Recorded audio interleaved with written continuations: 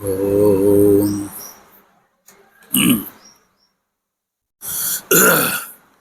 પૂર્ણમદ પૂર્ણમિદં પૂર્ણાત પૂર્ણમુદચ્યતે પૂર્ણસ્ય પૂર્ણમાદાય પૂર્ણમેવાવશિષ્યતે. ઓમ શાંતિ શાંતિ શાંતિ. શંકરં શંકરાચાર્યં કેશવં બાદરાયણં સૂત્રભાષ્ય કૃતૌ વંદે ભગવन्तૌ પુનઃ પુનઃ. ઈશ્વરો ગુરુરાત્મેતિ મૂર્તિભેદ વિભાગિને વ્યોમવદ્વ્યાપ્તદેહાય દક્ષિણામૂર્તયે નમઃ. ઓમ શાંતિ શાંતિ શાંતિ.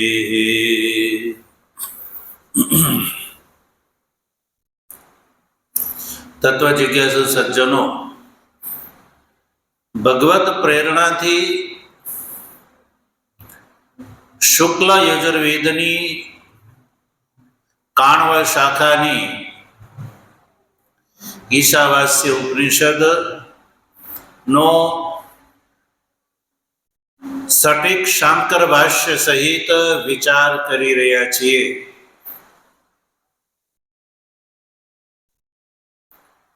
સૌપ્રથમ શાંતિ પાઠનો આપણે વિચાર કર્યો, ત્યારબાદ મંત્રોનું વ્યાખ્યાન કરતા પહેલા ભગવાન ભાષ્યકાર આ જે ઈશાવાસ્ય ઉપનિષદ ના જે મંત્રો છે એની અંદર જે કર્મ શેષત્વ સંબંધી જે શંકા છે એનું નિરાકરણ સર્વપ્રથમ કરી રહ્યા છે. ભગવાન ભાષ્યકારે વાત સ્પષ્ટ કરી રહ્યા છે કે આ ઈશાવાસ્ય ઇત્યાદિ જે મંત્રો છે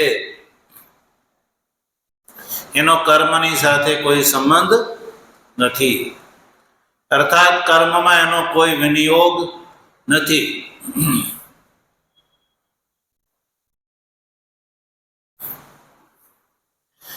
એ વાત સૌપ્રથમ ભગવાન ભાષ્યકાર લખે છે, ઈશાવાસ્યમ ઇત્યાદયો મંત્રાઃ કર્મસુ અવિનિયુક્તાઃ.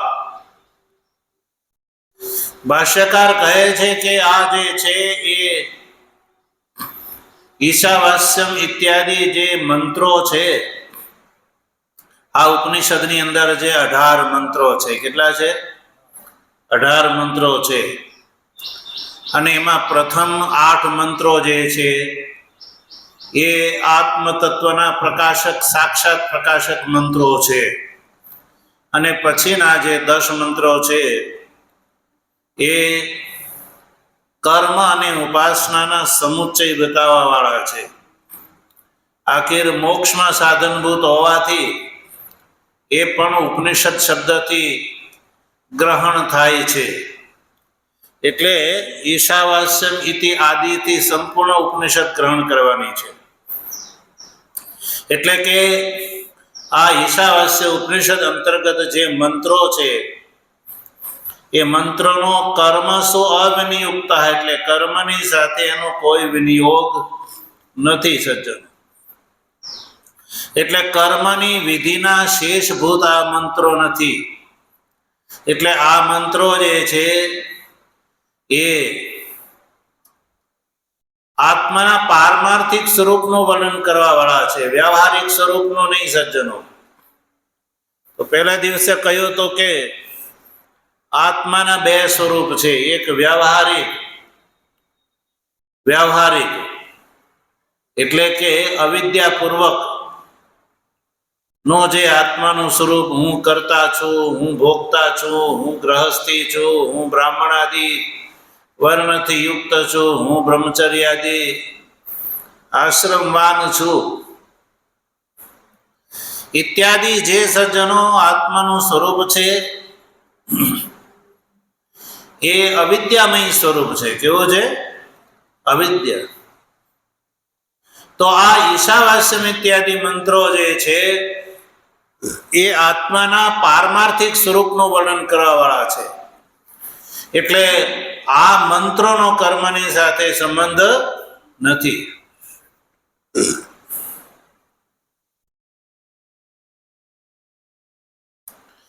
એટલા માટે કહેવું પડે છે કે કર્મકાંડના જે પૂર્વકાંડમાં જે કર્મ જડા,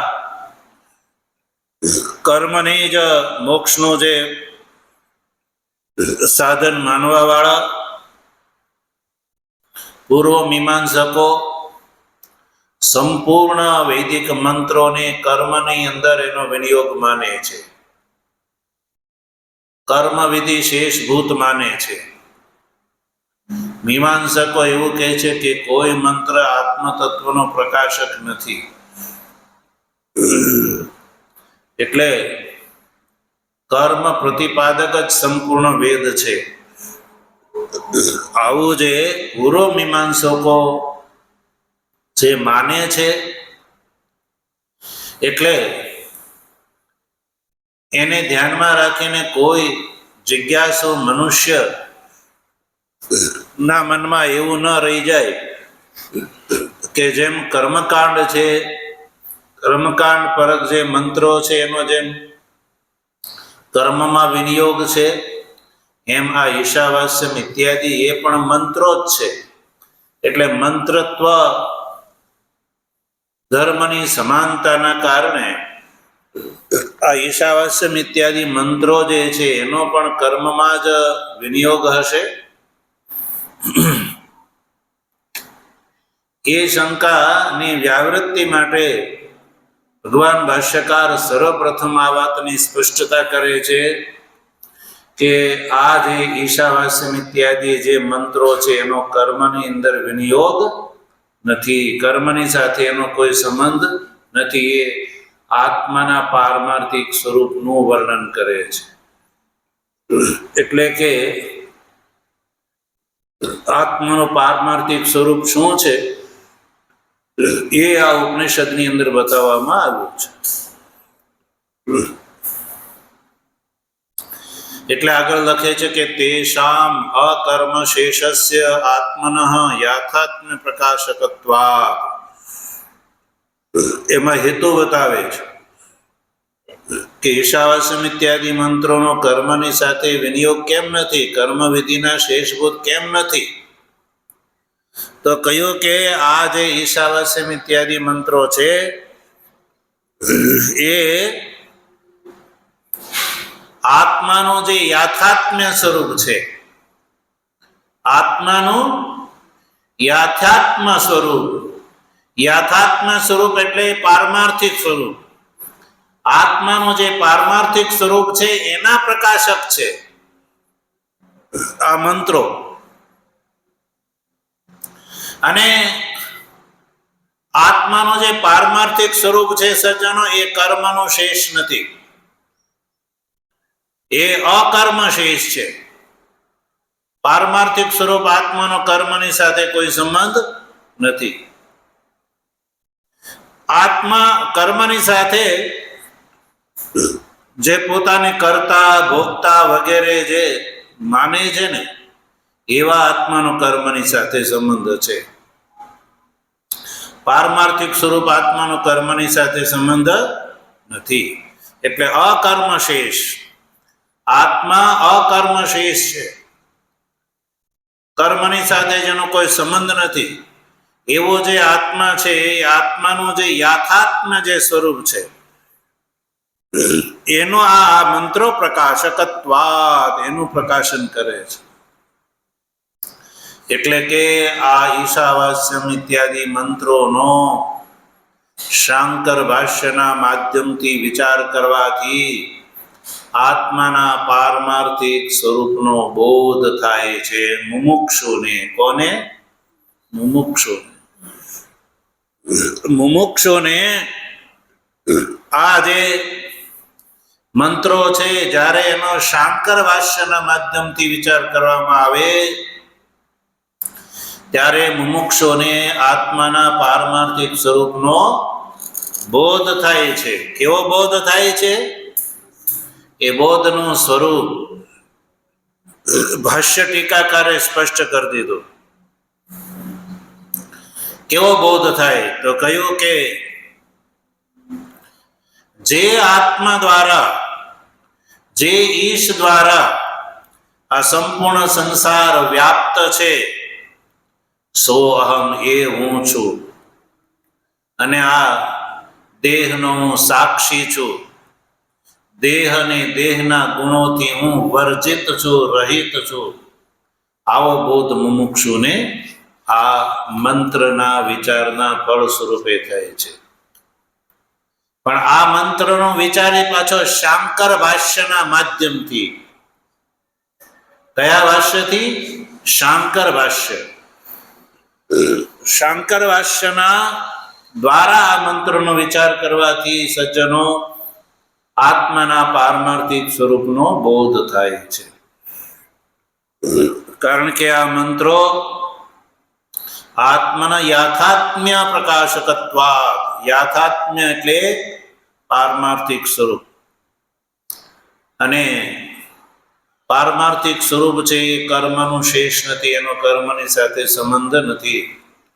કારણ કે પારમાર્થિક સ્વરૂપ છે કર્તૃત્વ ભોક્તૃત્વથી રહિત. આત્માનું પારમાર્થિક સ્વરૂપ કેવું છે? કર્તા ભોગતા ભાવથી રહિત. અને મીમાંસકો જે છે એ કર્મનો અધિકારી કેવાને માને છે હું કર્તા છું, હું ભોગતા છું, એવું માનવા વાળા.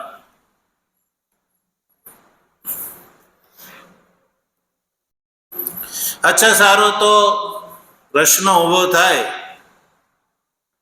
કે કયા મંત્ર દ્વારા આત્માના પારમાર્થિક સ્વરૂપનું વર્ણન છે આ ઉપનિષદમાં? તો એ વાત આગળ જો ભાષ્યકાર બતાવે છે. યાથાત્મ્યમ ચ આત્મનઃ શુદ્ધત્વ અપાપ વિદ્ધત્વ એકત્વ નિત્યત્વ અશરીરત્વ સર્વગતત્વાદિ વક્ષ્યમાણમ.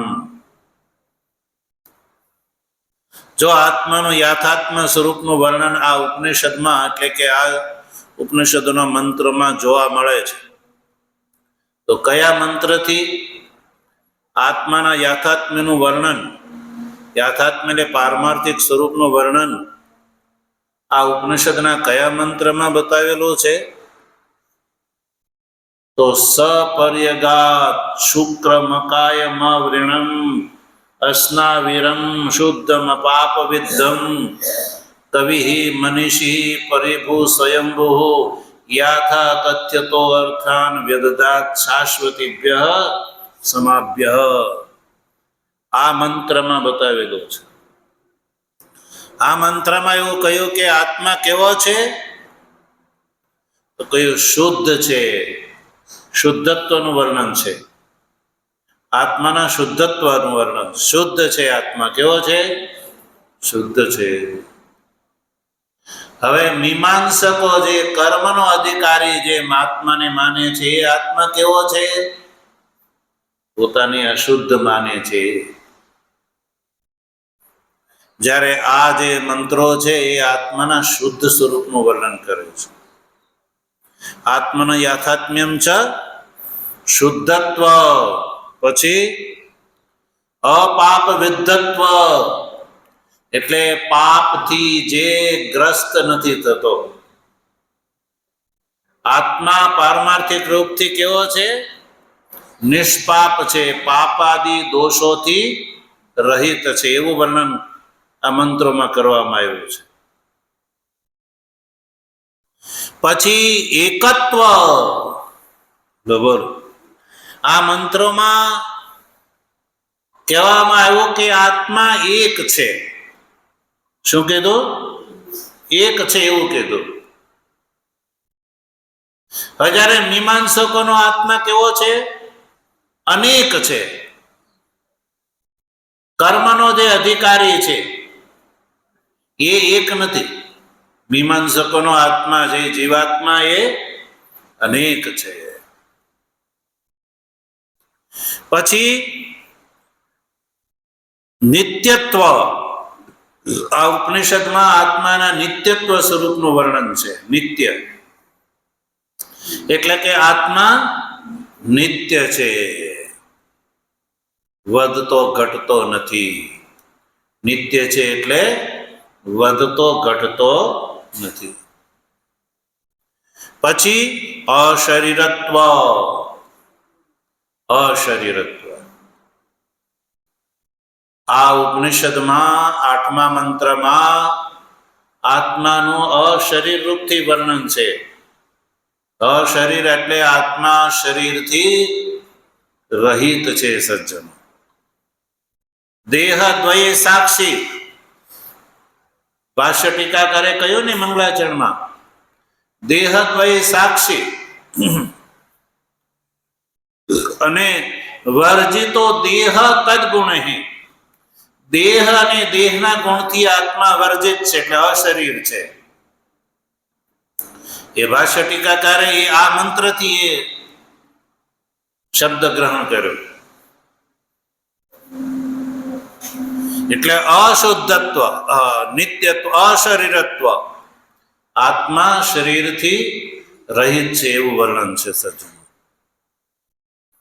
પછી સર્વગતત્વાદી. આત્મા સર્વગત છે એવું આ ઉપનિષદમાં વર્ણન છે. આત્મા કેવો છે? સર્વગત છે. સર્વગત એટલે સર્વમ ગતઃ, સર્વત્ર વ્યાપક. સર્વગતનો અર્થ છે સર્વત્ર વ્યાપક. હવે વિચાર કરો, પૂર્વ પક્ષી એવું કહે છે કે આ ઈશાવાસ્યમ ઇત્યાદિ મંત્રો જે છે, મંત્રત્વની સમાનતાના કારણે એનો કર્મની સાથે સંબંધ છે. તો ભાષ્યકારે સ્પષ્ટ કરી દીધું કે આ જે મંત્રો છે એનો કર્મની સાથે સંબંધ નથી. કારણ કે આ જે મંત્રો છે એ તો આત્માના પારમાર્થિક સ્વરૂપનું વર્ણન કરે છે.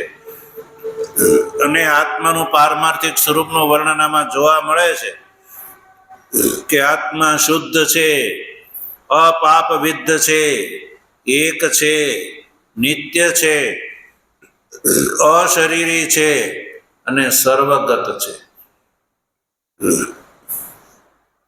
ઇત્યાદિ વક્ષ્યમાણમ. વક્ષ્યમાણમ એટલે આ સપર્યગાત, એ 8મા મંત્રની અંદર આ વાત કહેવામાં આવી છે.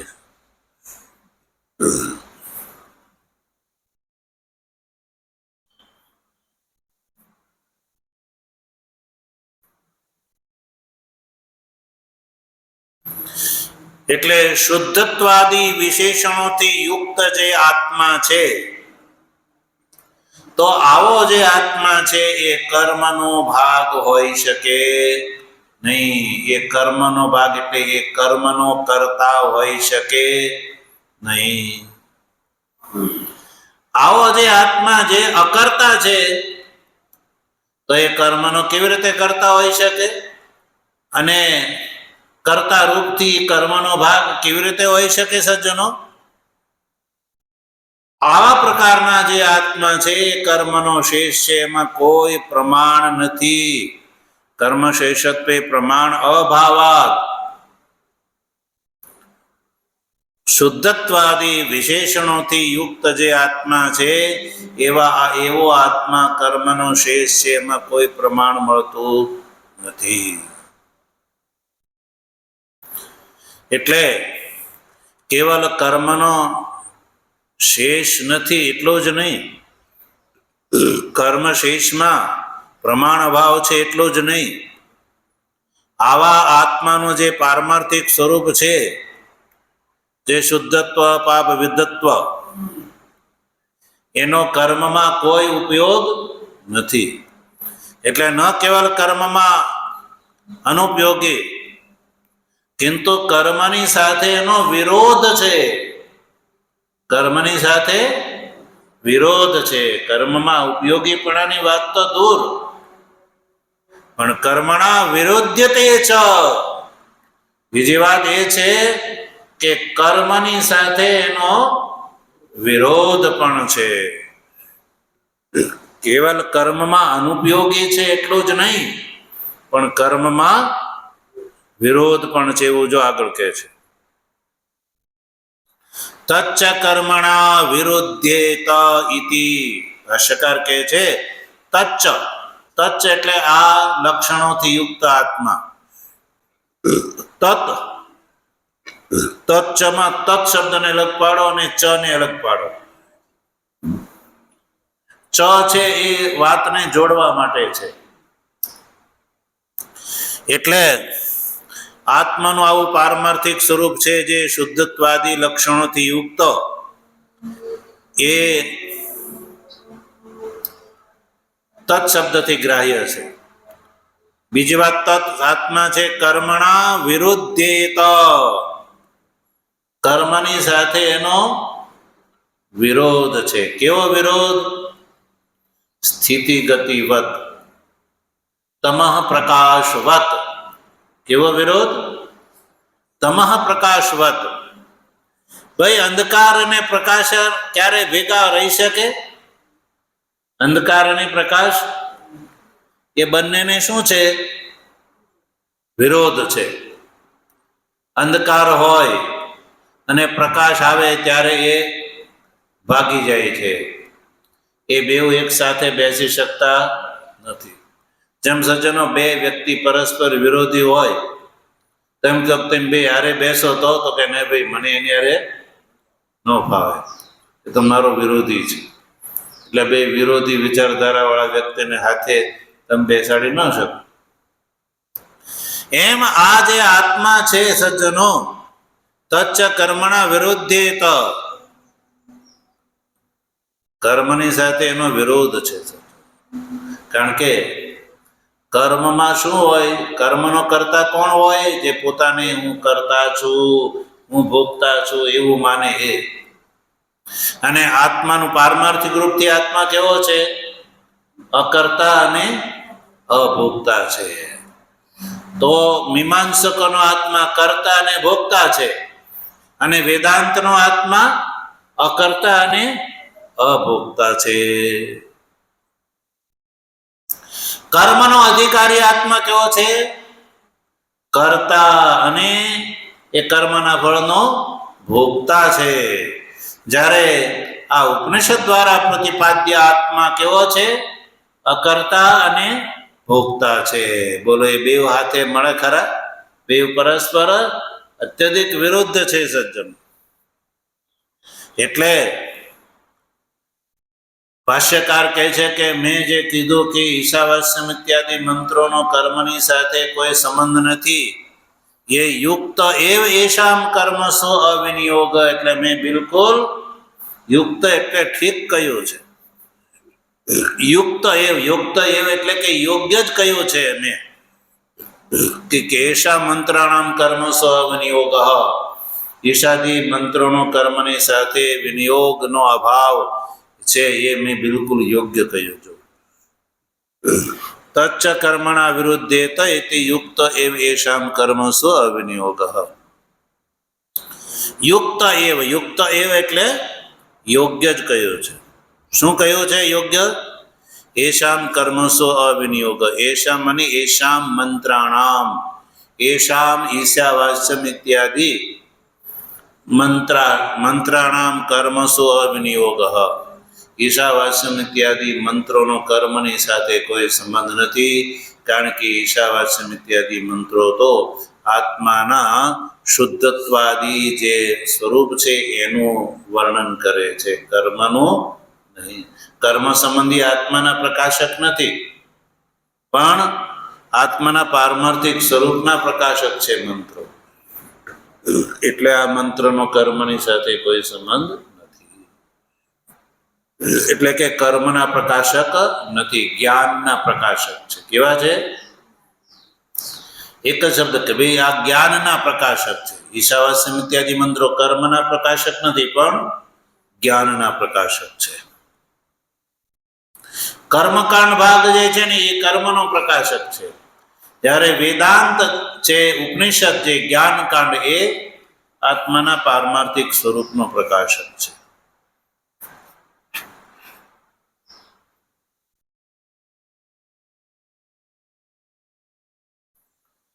કારણ કે જુઓ ને, જે અધિકારીને આ ઈશાવાસ્યમ ઉપનિષદ છે એનો જે અધિકારી શાંકર ભાષ્ય અને ભાષ્ય ટીકા સહિત જે વિચાર કરે, જે સંન્યાસી આ ઈશાવાસ્ય ઉપનિષદનો ટીકા સહિત શાંકર ભાષ્યના માધ્યમથી વિચાર કરે તો એને સૌ પ્રથમ સમજાશે કે અહમ શુદ્ધ, હું શુદ્ધ છું એવો બોધ થશે. આ આત્મા આ ઉપનિષદ દ્વારા કેવો બોધ થશે? શુદ્ધો અહમ,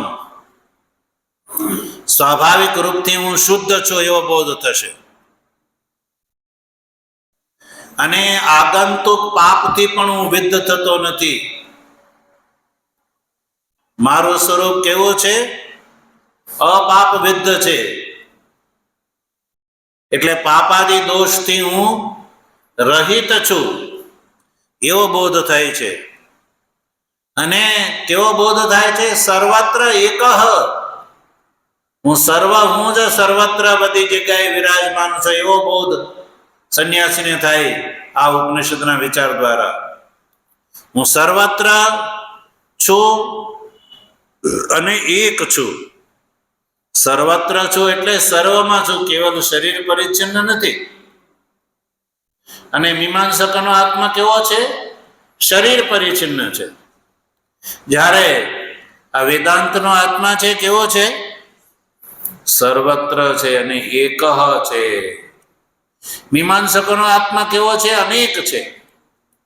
ત્યારે આ ઉપનિષદ દ્વારા પ્રતિપાદ્ય આત્મા છે એ એક છે એવું સંન્યાસીને આ ઉપનિષદના વિચારના ફળ સ્વરૂપે બોધ થાય છે. અને હું અશરીર છું એવો બોધ થાય છે. જે સંન્યાસી આનો વિચાર કરે છે તો આ ઉપનિષદના વિચારના ફળ સ્વરૂપે કેવો બોધ થાય છે? હું અશરીર છું. જ્યારે કર્મ કરવા વાળો કેવો હોય છે? શરીરધારી. કર્મનો કરતા કેવો હોવો જોઈએ? શરીરધારી. દેહની અંદર અહંતા મમતા વાળો જે છે એ કર્મનો અધિકારી છે. અને આ ઉપનિષદના ફળ સ્વરૂપે જે સંન્યાસીને આવા પ્રકારનો બોધ થાય, હું અશરીર છું, તો પછી એવા સંન્યાસીને કર્મનો અધિકારી માની શકાય નહીં. એટલું જ નહીં, આકાશ ઉપમા, હું સજ્જનો આકાશની સમાન સર્વત્ર છું. આકાશની સમાન સર્વત્ર, સપર્યગાત શુક્રમ ઇત્યાદિથી કીધું કે હું સર્વત્ર વ્યાપી રહેલો છું. સર્વત્ર વ્યાપી રહેલો છું એવો બોધ સજ્જનો આ ઉપનિષદના વિચારના ફળ સ્વરૂપે અધિકારીને થાય છે. હવે જ્યારે જે સંન્યાસીને આ ઉપનિષદના વિચારના ફળ સ્વરૂપે આવો જ્યારે બોધ થાય છે કે હું શુદ્ધ છું, હું આગંતુક પણ પાપથી ગ્રસ્ત નથી થતો, હું સર્વત્ર છું, હું એક છું, હું અશરીર છું, હું આકાશની સમાન સર્વત્ર વ્યાપી રહેલો છું, એવો જેને બોધ થયો છે સજ્જનો, તો ન કટાક્ષેણાપી કર્મ વિક્ષતે, એને કટાક્ષથી પણ કર્મની સાથે એનો સંબંધ થઈ શકે નહીં. કટાક્ષેણાપી એટલે કે અનાદરથી પણ, પ્રાયશ્ચિત આદિના રૂપમાં પણ એ કર્મ એને દેખાય નહીં. ન કર્મ વીક્ષતે કટાક્ષેણ અપી ન કર્મ વીક્ષતે.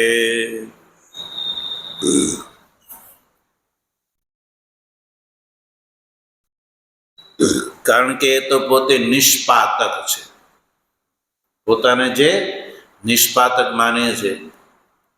પ્રાયશ્ચિત આદિ પણ કર્મ ક્યારે વ્યક્તિ કરે? જેને એવો બોધ છે કે ભાઈ મારાથી મેં આ પાપ કર્મ કર્યું છે એટલે હું એનો પ્રાયશ્ચિત કરું, તો એ પ્રાયશ્ચિત જે છે એને જો એ પ્રાયશ્ચિત કરવાની એના મનમાં ભાવના ઊભી થાય. પણ જેને પોતાને હું અપાપવિત્ત છું એવો બોધ થઈ ગયો, તો એ પ્રાયશ્ચિત કર્મનો પણ એ આદર કરતો નથી. સજ્જન,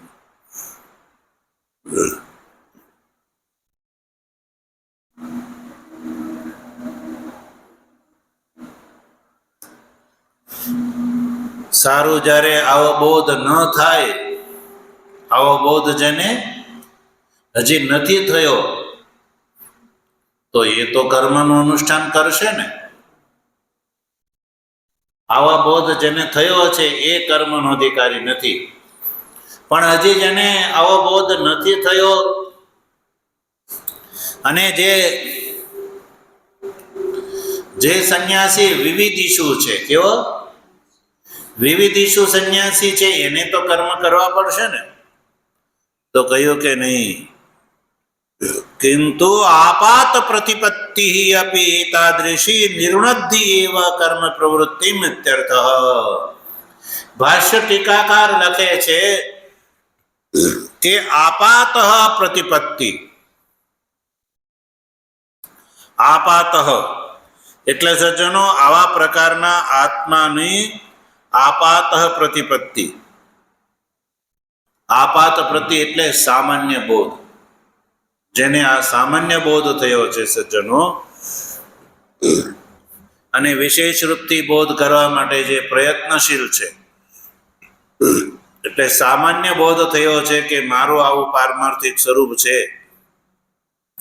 અને એ માટે જેને સંન્યાસ ગ્રહણ કર્યો છે, તો આવી આપાત પ્રતિપત્તિ, સામાન્ય જે પ્રતિપત્તિ એટલે બોધ આત્મતત્વનો, એતાદૃશી કર્મ પ્રવૃત્તિ નિર્ણતિ એવ, એ પણ કર્મનો અધિકારી રહેતો નથી. એતાદૃશી કર્મ પ્રવૃત્તિ નિર્ણતિ એવ, એ પણ કર્મનો અધિકારી નથી રહેતો સજ્જન, એ જ્ઞાનનો અધિકારી છે. જે વિવિધિષુ છે સંન્યાસી, એને પણ પછી કર્મ રહેતા નથી. એ પણ કર્મના સંન્યાસનો અધિકારી થઈ જાય છે. એટલે કે જેનું કર્મની ઉપાસના, બહિરંગ સાધન કર્મની ઉપાસના દ્વારા જેનું અંતઃકરણ શુદ્ધ થઈ ગયું અને વિવેક, વૈરાગ, શમદમાદિ, સત્સંપત્તિની મુમુક્ષુત્વ આ 4 સાધનથી જે યુક્ત થઈ ગયો, પછી એ પણ કર્મના સંન્યાસનો અધિકારી થઈ જાય છે. કારણ કે એને માટે કર્મનું કોઈ પ્રયોજન બાકી રહ્યું નહીં. કારણ કે મોક્ષ માર્ગમાં કર્મનું પ્રયોજન ચિત્ત શુદ્ધિ સુધી જ છે, એનાથી આગળ નહીં. એટલે વિવિધિષુ સંન્યાસી છે એ પણ કર્મનો અધિકારી રહેતો, એને પણ કર્મ કરવાની જરૂર નથી રહેતી.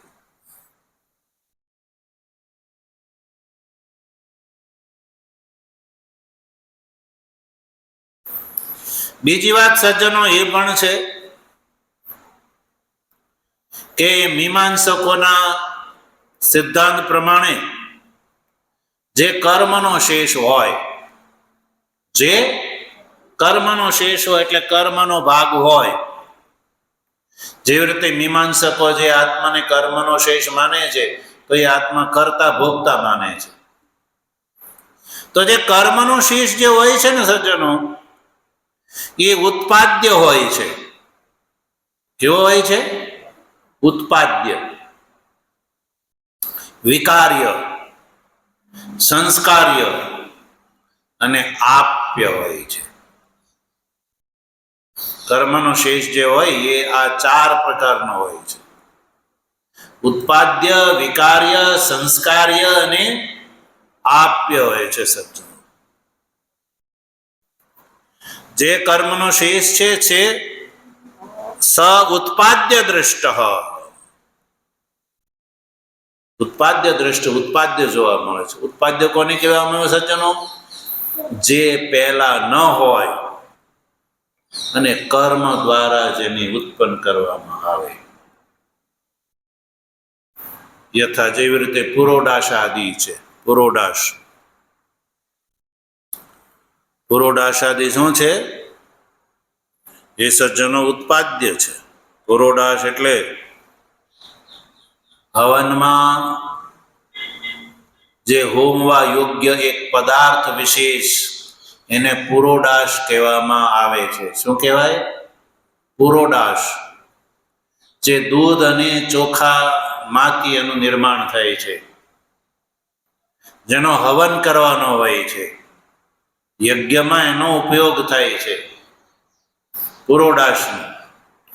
તો પુરોડાશ શું છે? ઉત્પાદ્ય છે. પહેલા ન હોય પણ એને ઉત્પન્ન કરવામાં આવે છે દૂધ અને ચાવલથી. મીમાંસકો જે માને છે કે યજ્ઞની અંદર આ પુરોડાશ દ્રવ્યનું હવન થાય છે. પુરોડાશની અંદર જે ચાવલ વગેરે અને દૂધનો ઉપયોગ થાય છે, એ પણ દૂધ અને ચાવલ બંને વિશિષ્ટ હોવા જોઈએ. ગમે તે દૂધ નહીં અને ગમે તે ચાવલ પણ નહીં. રાઈસ મિલમાં જે પ્રોસેસ કરેલા ચાવલથી પુરોડાશ ન બને, પણ ખાંડણિયામાં ખાંડેલા, કૂટેલા, આંબેલા વડે કૂટેલા ચાવલ છે સજ્જનો, એનો ઉપયોગ થાય છે. અને દૂધ પણ અમૂલનું નહીં ચાલે. અમૂલના પડીકા લાવીને બનાવો તો એનાથી પુરોડાશ, એ પુરોડાશ પૂર્ણતઃ જે વિધિયુક્ત છે એવું દૂધ, એવી ગાય પણ વિશિષ્ટ હોવી જોઈએ. વિશિષ્ટ ગાય, ગમે તે ગાયનું દૂધ નહીં, પણ વિશિષ્ટ ગાય હોવી જોઈએ સજ્જન. અને એ પાછો એવો નહીં, ગાય દોતી વખતની પણ વિધિ છે સજ્જન. ગાય દોતી વખતે વાછડાને છોડવામાં આવે, પછી વાછડાને છોડવામાં આવે એટલે ગાય જ્યારે દૂધ છોડે, જેને આપણે પારહો વાળો એવું કહીએ, તો પછી વાછડાને પાછો અપાકરણ કરવું પડે ને, છોડાવવો પડે ને. વાછડાને છોડાવવો પડે તો હાથથી નહીં. સામાન્ય તો શું કરતા હોય કે વાછડાનું જે મોઢું હોય, અગ્રભાગ, એને પકડીને છોડાવી દે. તો છોડાવવા માટે પલાશ વૃક્ષની લાકડી હાથમાં હોવી જોઈએ. કેવા વૃક્ષની? પલાશ વૃક્ષની. આપણે કાલ કીધું ને, આપણા પ્રાંગણમાં પલાશ વૃક્ષ છે. પછી એ પલાશ વૃક્ષની લાકડી પણ વિશિષ્ટ મંત્રના માધ્યમથી એ લાકડી કાપેલી હોવી જોઈએ. એવું નહીં કે આલો ગમે ત્યાંથી લઈને સીધા કુવાડી લઈને ઉપડ્યા અને કાપી લીધી અને આ લાકડી જેવી જોઈએ એ બનાવી લીધી. એવું નહીં. મંત્રોચ્ચારણ પૂર્વક એ વૃક્ષની લાકડી કાપેલી હોવી જોઈએ. એનાથી વત્સનું અપાકરણ વગેરે પ્રક્રિયા છે બધી. તો એ ચાવલ અને દૂધથી સજ્જનો પુરોડાશ દ્રવ્ય બને. અને આ પુરોડાશ દ્રવ્ય સજ્જનો એને ઉત્પાદ્ય કહેવામાં આવે.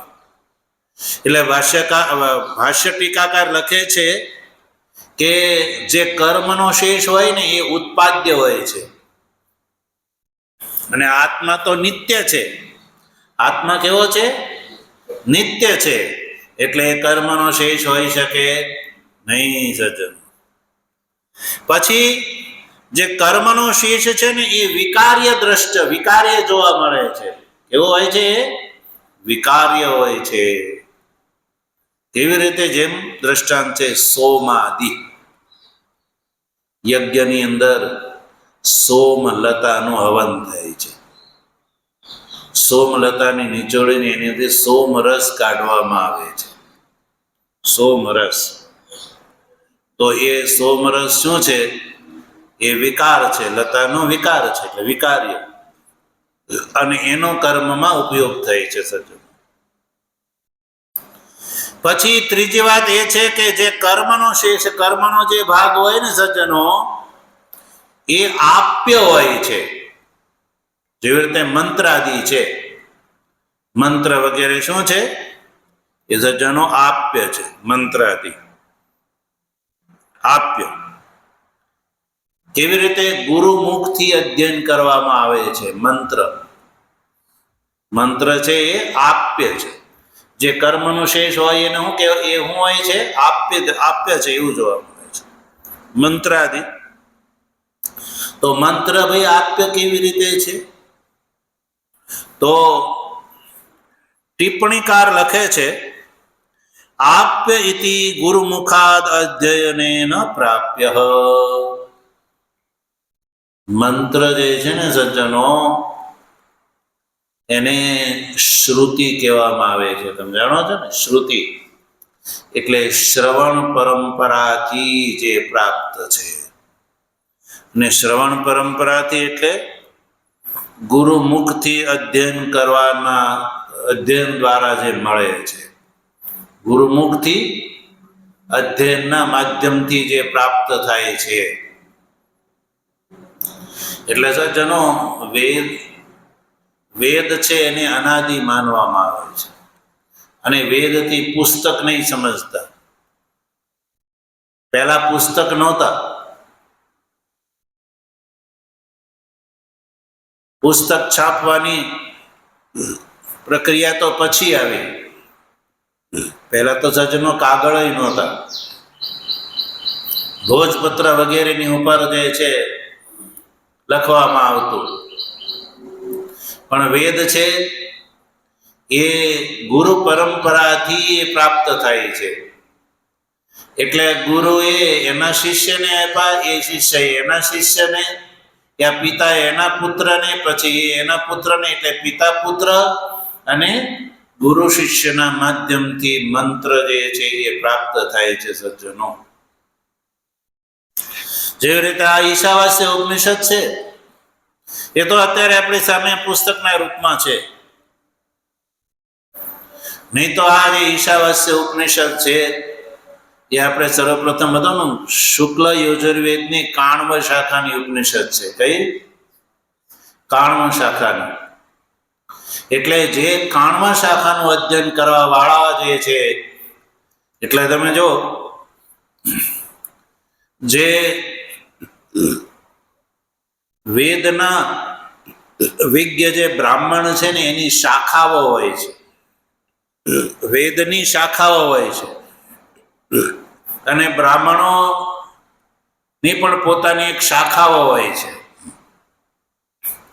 જે શાખાવાળા હોય એ શાખાનું જ અધ્યયન કરે.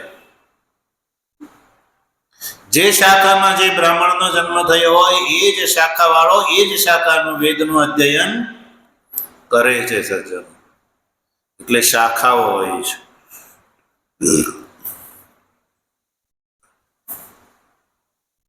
એટલે ગુરુ પરંપરાથી આ વૈદિક પરંપરા ચાલી આવી છે. એટલે જે મંત્રો જે છે, જેવી રીતે આપ્ય છે, એટલે જે કર્મનો શેષ હોય એ આપ્ય હોય છે. પછી જે કર્મ શેષ હોય ને એ સંસ્કાર્ય હોય છે. શું હોય છે? સંસ્કાર્ય હોય છે. જેવી રીતે વ્રીહિ આદિ, વ્રીહિ વગેરે જે યજ્ઞની અંદર જેનું હવન થાય છે,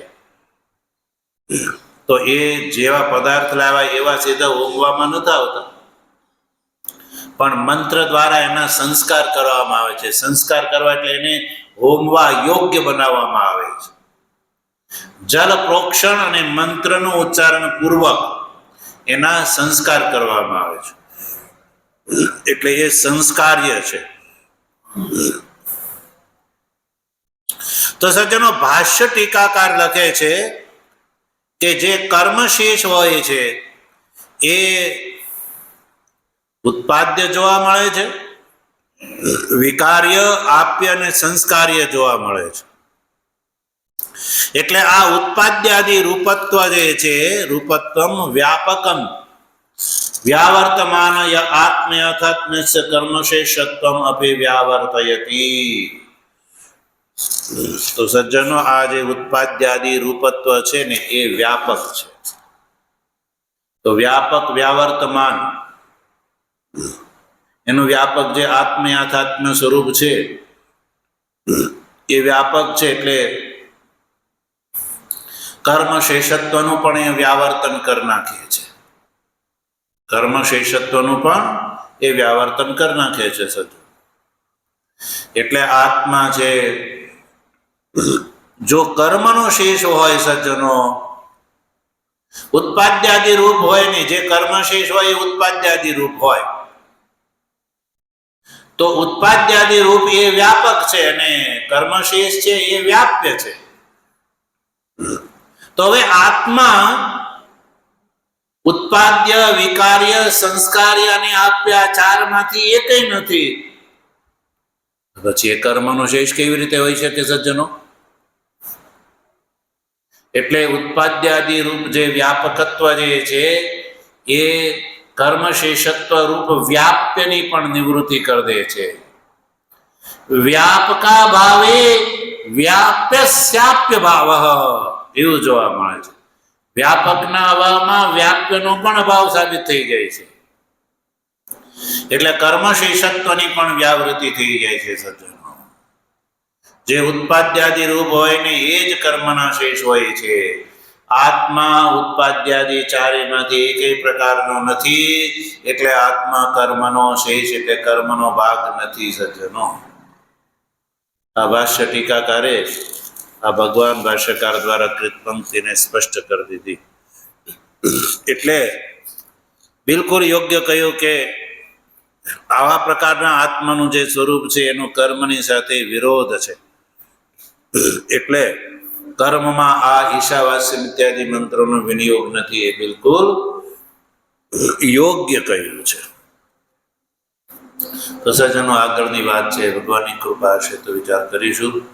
ઓમ પૂર્ણમદ પૂર્ણમિદં પૂર્ણાત પૂર્ણમુદચ્યતે પૂર્ણસ્ય પૂર્ણમાદાય પૂર્ણમેવાવશિષ્યતે. ઓમ શાંતિ શાંતિ શાંતિ. શંકરં શંકરાચાર્યં કેશવં બાદરાયણં સૂત્રભાષ્ય કૃતૌ વંદે ભગવन्तૌ પુનઃ પુનઃ. ઈશ્વરો ગુરુરાત્મેતિ મૂર્તિભેદ વિભાગિને વ્યોમવદ્વ્યાપ્ત દેહાય દક્ષિણામૂર્તયે નમઃ. ઓમ શાંતિ શાંતિ શાંતિ. સદગુરુદેવ